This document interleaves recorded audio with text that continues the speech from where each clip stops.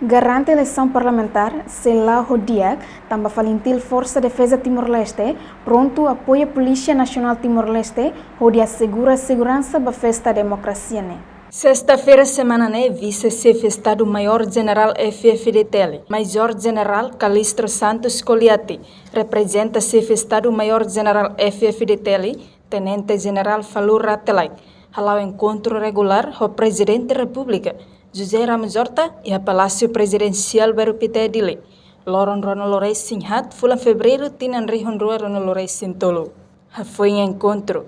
Major-General Coliati, ba jornalista Sira informa, e a encontro relata informação ba chefe Estado Katak, FFDTL pronto. Sem dúvida, hamuto com a Polícia Nacional Timor-Leste, PNTL, onde garante segurança e eleição parlamentar tinane. Eleições gerais, portanto, sem dúvida, precisa segurança, mas bem, Forças Armadas nem papel, ato for suporta a Polícia Nacional. Nebehane me relata para o seu presidente, Katak, e a aplicação Forças de Defesa até apoia e tem polícia, né Forças Armadas depende da diretiva política, portanto, ordem político, só ordem político, mas militar bela intervém.